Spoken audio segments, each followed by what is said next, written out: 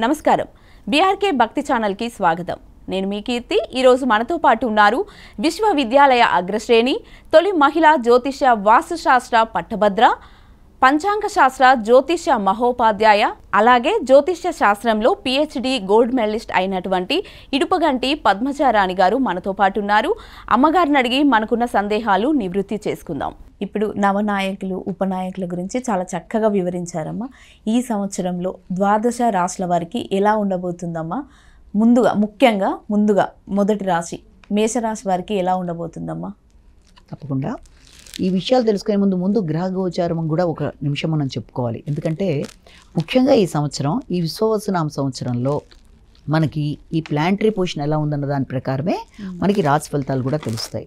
ఈ సంవత్సరం ప్రారంభం నుంచి అంటే మనకి మార్చి 29 ఉగాది నుంచి తీసుకున్నట్లయితే అక్కడి నుంచి దాదాపుగా మే దాకా కూడా ఈ గురు భగవానుడు వచ్చేసి వృషభ రాశిలో ఉండడం అనేది జరుగుతుంది. అక్కడి నుంచి ఆయన మే 15 తారీఖు నుంచి ఇంచుమించుగా అక్టోబర్ దాకా కూడా ఆయన మళ్ళీ ఆ మిథున రాశిలోనే ఉంటూ మిథున రాశిలోకి ప్రవేశిస్తాడు. అప్పుడు మిథున రాశిలోనే ఉంటూ ఫస్ట్ అయితే వృషభ రాశి నుంచి మిథున రాశి నుంచి మళ్ళీ అక్టోబర్ నుంచి మళ్ళీ డిసెంబర్ మధ్య కాలంలో కొంత కర్కాటక రాశిలో ఉండి మళ్ళీ మిథున రాశిలోకి రావడం జరుగుతుంది. అలాగే ఇక శని భగవానుడిని తీసుకుంటే ఈ సంవత్సరం స్టార్టింగ్ నుంచి ఇంకా ఆయన మీనరాశిలోనే ఉండడం అనేది జరుగుతుంది. ఇక రాహుకేతువులు రెండింటినీ తీసుకున్నట్లయితే ఇవి కూడా ఇంచుమించు మే 18 ఆ సమయం నుంచి కూడా ఈ ఉగాది నుంచి మే 18 తారీఖు సుమారుగా అక్కడ దాకా ఈ రాహుకేతువులు రెండూ కూడా మనకి మీనంలోనూ తర్వాత కన్యారాశిలోనూ ఉంటాయి ముందు. తర్వాత ఈ యొక్క మే 18 తర్వాత నుంచి సంవత్సరాంతం వరకు కూడా అది మనకి కుంభరాశిలో ఏమో ఈ రాహువు, అలాగే ఈ యొక్క కన్యారాశి వదిలేసి ఈ యొక్క సింహరాశిలోకి కేతు రావడం జరుగుతుంది. కాబట్టి ఈ 4 ప్లానెట్స్ బట్టి అసలు గ్రహగోచారాలని కూడా ప్రధానంగా తీసుకొని వాటితో పాటుగా ఈ సంవత్సరం ఏ రాశికి ఎలా ఉంటుందన్న విషయాన్ని తీసుకునే ముందుగా మనం మేషరాశి గురించి తీసుకున్నప్పుడు ఈ మేషరాశి వాళ్ళకి ఈ సంవత్సరం ఆదాయం 2, వ్యయం 14, రాజపూజ్యం 5, తర్వాత అవమానం 7. అంటే వీళ్ళకి ఈ సంవత్సరం ఈ గురుడి యొక్క ప్రభావం వల్ల ఈ రాశి వాళ్ళకి ముఖ్యంగా మే దాకా ఉండే సమయంలో కొంత యథార్థవాది బంధు విరోధి అన్నట్టుగా మాటల వల్ల ఇతరులతో కొంత అంటే ఉన్నట్టు మాట్లాడడం బట్టి కూడా ఇతరులతో అది అంతగా పొసిగే అవకాశాలు లాంటివి ఉండవు. నెంబర్ 1. అయితే ఆ తర్వాత మొత్తం మీద కష్టం మీద వీళ్ళు ఏదైనా సరే సాధించి నైపుణ్యాలు పెంచుకుంటూ అనుకున్నవి సాధించుకుంటూ ముందుకు వెళ్ళడానికి శత్రువుల మీద అభివృద్ధి సాధించే విధంగా వీళ్ళు అన్ని విధాలా కృషి చేసి నైపుణ్యాలు పెంచుకుంటారు. ఆరోగ్యం అనుకూలంగా ఉంటుంది. అంటే మే దాకా నడిచే సమయం అంతా కూడా వీళ్ళకి చాలా అనుకూలమైన ఆరోగ్యం ఉంటుంది. మంచి ఖర్చులు ఆరోగ్యపరంగా అయినా సరే మంచి ఆకస్మికమైన లాభదాయకంగానే ఉండే పరిస్థితులు లాంటి ఒకటి. అయితే వృత్తిపరమైన విషయాల్లో మాత్రం చాలా వరకు జాగ్రత్తలు చూపిస్తూ ముందుకెళ్ళాలంటే స్వార్థానికి లోను కాకుండా మంచిగా ఆలోచనలు చేస్తూ నిర్ణయం తీసుకుంటూ గౌరవాన్ని పెంచుకునే విధంగా ముందుకు వెళ్ళినట్లయితే అది మనకి ఉంటుంది.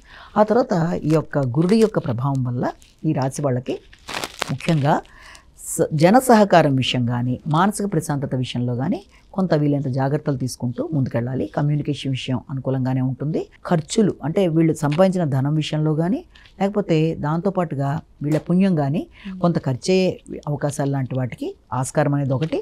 రెండోది రావాల్సిన లాభాలు వీళ్ళకి మొత్తం మీద కొంత అటు ఇటైనా అందుతాయి తర్వాత అయినా సరే. తర్వాత సాంఘిక సంబంధాల విషయంలో మాత్రం వీళ్ళ జాగ్రత్తలు తీసుకుంటూ ముందుకు వెళ్ళాలి. అది నూతన పరిచయాల్లో కానీ భాగస్వామ్య వ్యవహారాల్లో కానీ వీళ్ళ జాగ్రత్తలతో ముందుకు వెళ్ళాలి.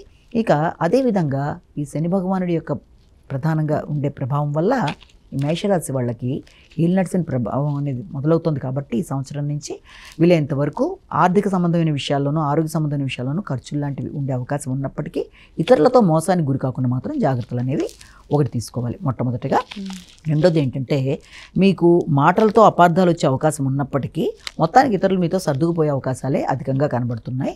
రెండోది వచ్చేటప్పటికి మీ కృషి పెరుగుతుంది, నైపుణ్యాలు పెరుగుతాయి. అంతే ఏదైనా రుణాలకు సంబంధించిన విషయాల్లో కూడా మీరు గట్టిగా పోటీలకు సంబంధించిన విషయాల్లో కూడా చాలా చక్కగా కృషి చేసి ముందుకు వెళ్ళడానికి ప్రయత్నాలు గట్టిగా చేస్తారు.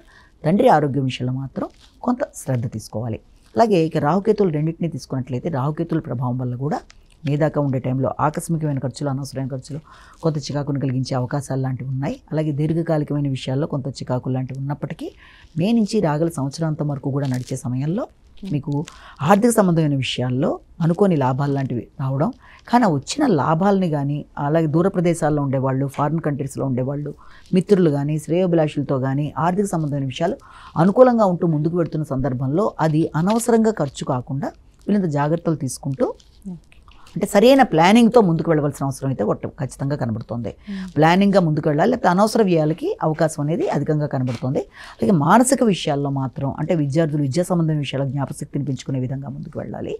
అలాగే మానసికంగా తొందరగా డిప్రెషన్స్ అలాంటి వాటికి గురి కాకుండా తగిన జాగ్రత్తలు తీసుకుంటూ ముందుకు వెళ్ళాలి. అంటే ప్రతి విషయంలో జ్ఞాపకశక్తి విషయంలో పెద్దవాళ్ళలాగే పిల్లలు కూడా విద్యకు సంబంధించిన విషయాల్లో అధిక శ్రద్ధ చూపించుకోవాల్సిన అవసరం ఉంది. అంటే వైరాగ్య భావనలు అధిగమించే విధంగా, డిప్రెసివ్ థింకింగ్ కానీ కొంత అలాంటి వాటిని అధిగమించే విధంగా ముందుకు వెళ్ళవలసిన ఆస్కారం అయితే కనబడుతుంది.